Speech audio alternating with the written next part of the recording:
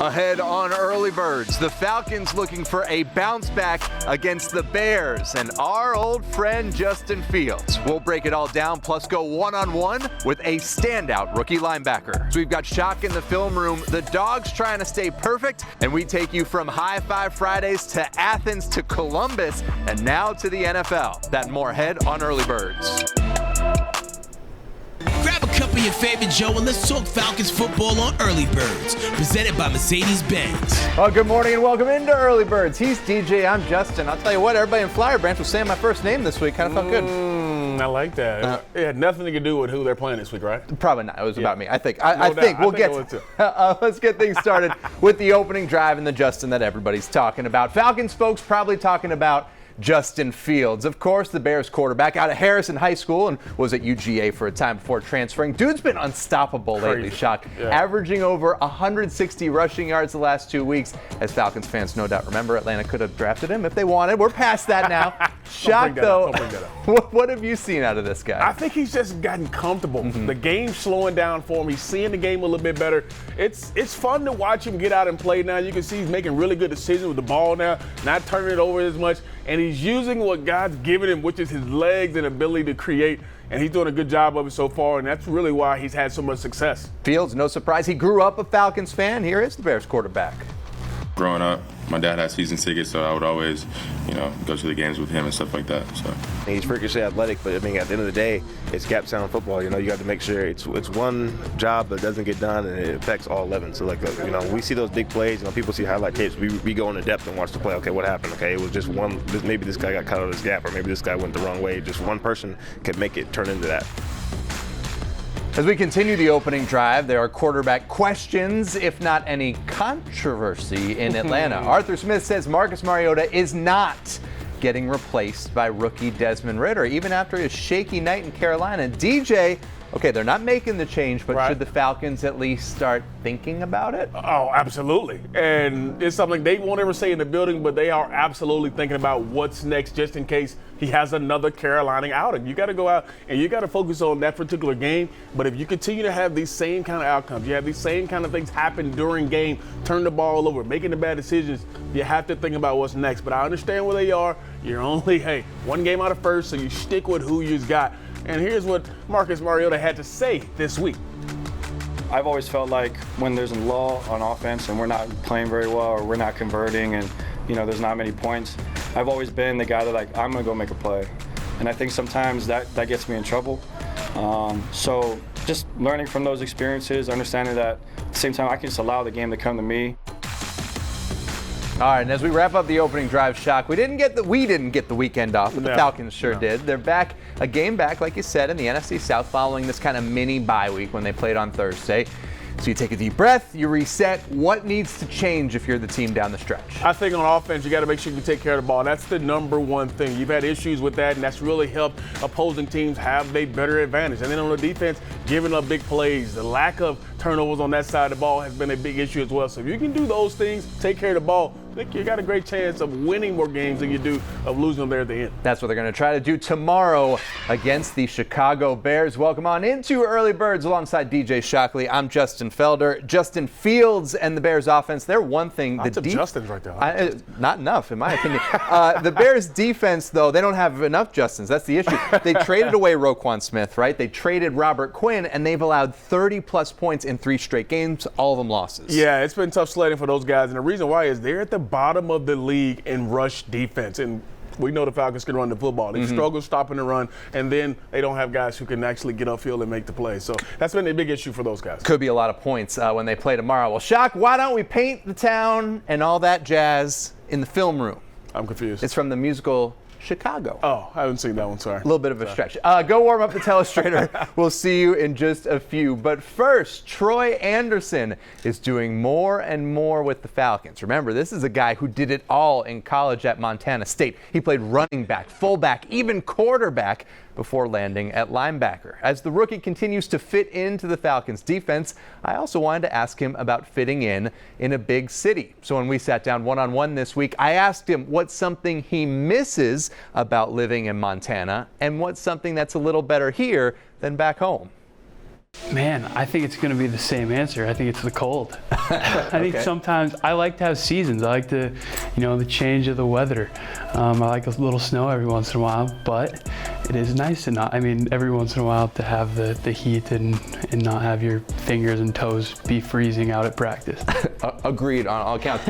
Is there any little piece of home that you've kind of brought with you, whether it's something in your place or getting out and going on hikes, stuff like that around here? Yeah, actually, I've been able to go fly fishing a little bit. Oh, yeah? And that's something I love to do back in Montana. It's for bass, which we don't really have much of, so that's a little bit different. But yeah, fly fishing has been fun. I want to ask you about the linebacker group that you're with. How much have you learned from those guys, veterans like Michael, like Rashawn in your group? Oh, so much. So much. And Coach Bush and Coach Pease as well. But Mike and Rashawn and Nick, they've been around and know a lot. And so it's been fun to kind of pick their brains and just watch how they kind of go about their game and their practices. Hard not to get better when you're around guys like that. What do you think is the biggest area of growth you've seen in your game through a little over half a season? Learning the defense, is obviously brand new, but just the run fits and how complex they are at times, and understanding where everybody's fitting and when you need to spill and when you need to be the force player. It's going to be a real challenge for you guys with an offense that's been rolling lately. You don't see a lot of quarterbacks go for 300 rushing yards over the course of 2 games. What does Justin Fields look like when you pop on the tape of him? Yeah, he's a confident runner. He's fast and he's elusive. You got to make him go lateral and not let him get rolling downhill, because he's a definite force. Once he gets going downhill, you have to stop him before he can do that. Do you feel like you can be a guy with the speed that you bring to the game to kind of not neutralize somebody like that, but you're going to see some running quarterbacks here down the stretch? Is that an area of your game where you feel like you can really be an asset on defense? Yeah, I think so. I hope I can be, for sure. Kind of just use your athleticism and try to contain him. The +1 run game is always hard to stop when they have that extra blocker. So yeah, it's going to take everybody. It's time to get some game intel from Shock. You're invited into the film room, so cut the lights and let's get started. Lots of conversation has been about the man named Justin. I'm sorry, I'm not talking about you. I'm talking about Justin Fields. And this is a good description of what we like to see in a ball game. This is what we call a zone blitz in this ball game here. Here are the 2 guys you want to pay attention to. You got these 2 backers right in the middle. They're going to make it look like blitz here. They're going to look like they're coming right through this A gap here. But instead, you're going to get a zone blitz off the side. But also, I want you to pay attention to these guys right here. Everybody has eyes on the quarterback once his ball is snapped. You're going to end up getting a sack on the quarterback, but watch as this play start. You don't know what's happening. Now the snap, these guys bail out. Everybody's bailing out. Here comes a blitz off the edge. Everybody has eyes on the quarterback. This is important for when you're playing against a guy like Justin Fields, because if you don't have eyes on him, guess what? He's going to take off in man coverage and he's going to hurt you. But if you keep eyes on him, in this particular zone blitz, now you got a chance to get home. Here's the other part you like too. He has nowhere to go with this ball. Nowhere to go. You got everybody in good rush lanes here, but then you got eyes here. Everybody's looking back at the quarterback. So if he wants to run out, guess what? We can run, we can tackle, we can get to him. The defensive line does a great job of keeping their rush lanes open so they don't get home, but they still affect the quarterback, and ultimately you affect them by getting a sack. Zone blitzes, I believe, in this ballgame will be a huge, huge part of it. And the Falcons can get home with just 4. It makes a big deal when you're trying to get to a guy like Justin Fields, because he can be electric once he get outside. Pass rush lanes are must in this ballgame. Falcons got to keep their eyes on the quarterback. We hope you keep your eyes on us. We've got more to come on Early Birds. Georgia trying to complete a perfect SEC campaign. Michael Jenkins will be here to help us break it all down. Plus, you really catching with your eyes and trusting your hands. Catch with your eyes, trust your hands. Khadarel Hodge showed off his hands for his first career touchdown last week. He's teaching us how to make the most of making a catch next on Early Birds. Hey Falcons fans, score a touchdown with low tire prices at Mavis Tires and Brakes, the official tire retailer of the Atlanta Falcons. Visit MavisTire.com to find a store near you. Early Birds is presented by Mercedes-Benz, the best or nothing. And brought to you by Georgia Lottery. Today could be the day. By Truist, committed to a better future. And by Home Depot, how doers get more done. Welcome back to Early Birds. It's time to switch gears and talk a little college ball. Brought to you by Truist. BB&T and SunTrust are now Truist. Here again is Fox 5's Justin Felder. All right, welcome back into Early Birds. Former Falcons wide receiver Michael Jenkins here to talk a little college ball. I know your Buckeyes, they got a little tune-up for Michigan today. They're taking on Maryland. You got any worries about that? No worries. Hopefully we rest some guys that we need for next week. All right, a lot of great games today. I'm not sure if that's one of them, but your guys will be talking Ohio State, Michigan next week for sure. But let's talk about, in addition to your Buckeyes, some national title contenders here in Georgia. The Bulldogs, they're going up to Lexington today. Kentucky, they're coming off a loss to Vanderbilt, but they got a pro quarterback, Will Levis. That's got to even the playing field a bit when you have that kind of talent. Not against Georgia. Okay. I mean, Georgia is scoring 40 points a game with Stetson in the offense. They're only giving up 12 points on defense. So they're playing at a high level and looking like the #1 team in the nation. Yeah, Kentucky, always a tough place to play. Kirby Smart reminding this, guys, they're not taking the Cats lightly. Still a lot on the table. It takes physicality in this league. It takes a really mature team to manage every game like it has a history and life of its own, and that's what it takes. But it's not the be-all and end-all to just win the East. There's a lot of things left out there for this team to do. All right, Georgia and Kentucky today at 3:30. 5:30 this evening, Georgia Tech at North Carolina. The Jackets, not going to be easy. They need a win today, and they need a win over Georgia to get bowl eligible. That's tough, but it's still out there. It's still out there, but I mean, you have to look at Coach Key. He's actually done a really good job. 3-3 since he's taken over, down to his third-string quarterback now. But North Carolina playing very well. Georgia, I can't say they're going to win those two games. Let's talk a little North Carolina. I'll tell you what, our floor director who kind of runs the show here on Early Birds, he's a big Heels fan. He's been telling us all year Drake May should win the Heisman. He might be right. They got a good quarterback there. He's playing really well, and he's throwing to another local kid, Josh Downs, who went to North Gwinnett High School. So those two together, I mean, they're playing exceptionally well right now. Yeah, Brent Key, he has his eyes on North Carolina's star quarterback. Getting ready to play a really good North Carolina football team. They do a great job on offense. Really good quarterback, very talented. They're able to throw the ball really good with his feet. He's sneaky fast. Whether it's running, a design quarterback draw or just taking off and scrambling. He does a really good job with his feet, and that's evidence with his 500+ yards of rushing on this season. And this week in our Zaxby's indescribably good game of the week, it's going to be a West Coast game. It's going to be number 7 Southern Cal traveling up the road to take on UCLA. And the reason we mention this game, the Trojans, could they be a sneaky team to win out and make the playoffs? 7th right now. They got UCLA ranked, Notre Dame ranked. Their only loss was by 1 point. Are we all kind of ignoring them at our own peril? I think just because we're on the East Coast. Right. So we obviously don't get to see them as often. But just like you said, only lost to a top 10 Utah team by 1 point. Now they got UCLA and Notre Dame, and then now we're back Pac-12 championship game. So they could be right there in the mix. Yeah, we're all talking about could there be 2 Big Ten teams, 2 SEC teams. Southern Cal might be sneaking up on us. All right, Jake, thank you so much. Shock, you got to get going up to Kentucky. We'll send it over to you. Can I get some of like the Jake Matthews treatment, and can Arthur get me to Lexington? That'd be really good. We'll put in a call. All right, Khadarel Hodge is in his 5th NFL season and caught his first career touchdown last Thursday. He's also on pace for the most catches in a season in his career. It takes good hands, but also concentration to make sure you capitalize when a pass is coming your way. Here's Khadarel Hodge breaking down the best way to bring in a pass in this week's Going Deep. First of all, you want to catch it out front, and when you're catching, you really catch it with your eyes. So a lot of guys look away and we either drop the ball because we don't look it in. So you're really catching with your eyes and trusting your hands. So you want to catch it out front. You get it in here, this is like a little blind spot. So if it gets too close, it'll get up on you quick.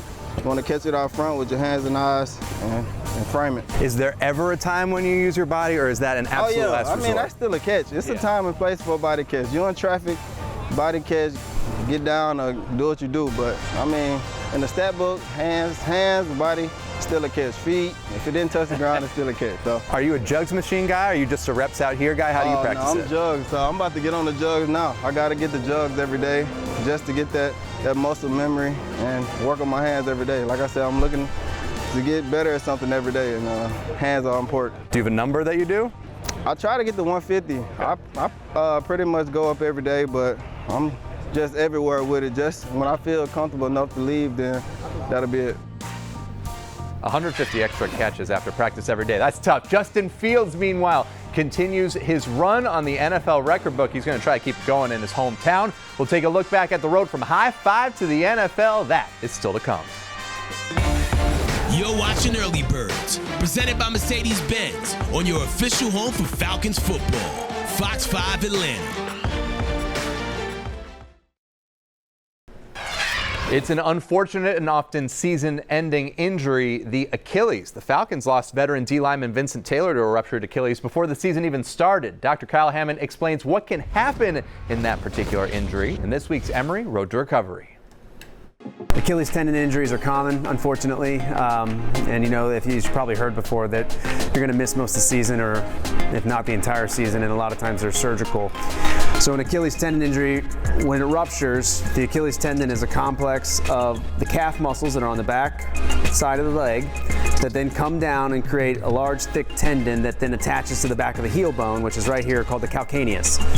And basically the Achilles tendon is, the attachment site that allows your muscles to, forcefully push up, jump, run, sprint. And so they're very powerful, strong muscles, but there's a lot of stress that gets placed through the Achilles tendon at the attachment site here of the calcaneus. And so what happens with an Achilles tendon rupture is essentially about 6 centimeters usually above the heel, the tendon will just tear. And when it tears, it separates. And so that separation creates a gap between the tendon, and it doesn't allow the muscle to connect to the bone, essentially, so you can't forcefully push up, run, jump, sprint. All right, thanks, Doc. It will be a high five homecoming tomorrow for Justin Fields. Miles will tell you about his road to the NFL next on Early Birds. Early Birds has been presented to you by Mercedes-Benz, the best or nothing.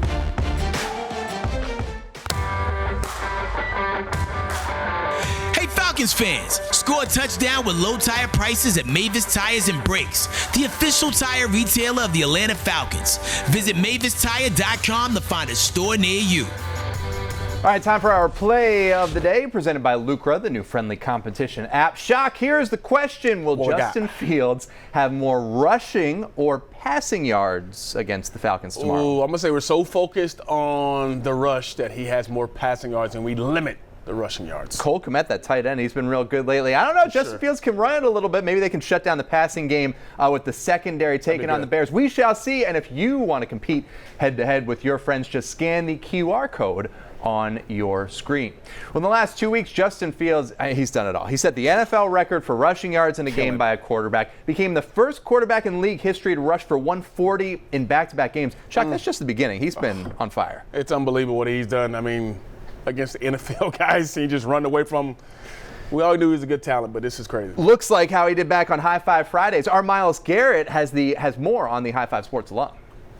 Guys, Justin Fields has been one of the best quarterbacks in the NFL the past few weeks. But hey, we already knew that back in 2017 when he was a High Five football star over at Harrison High School. A little bit of a dual threat himself. Him and Trevor Lawrence, one of the top ranked quarterbacks in the country. Basically 1A, 1B. Justin Fields a little bit more of that dual threat. Where do the best quarterbacks go to play? None other than the University of Georgia in 2018. Right after the Dogs go to the national championship, Justin Fields plays sparingly behind incumbent Jake Fromm. So where does he do? He decides to transfer to the Ohio State University, where he takes the Buckeyes to the playoff his first season. Not just that, he is a Heisman Trophy finalist that very same year.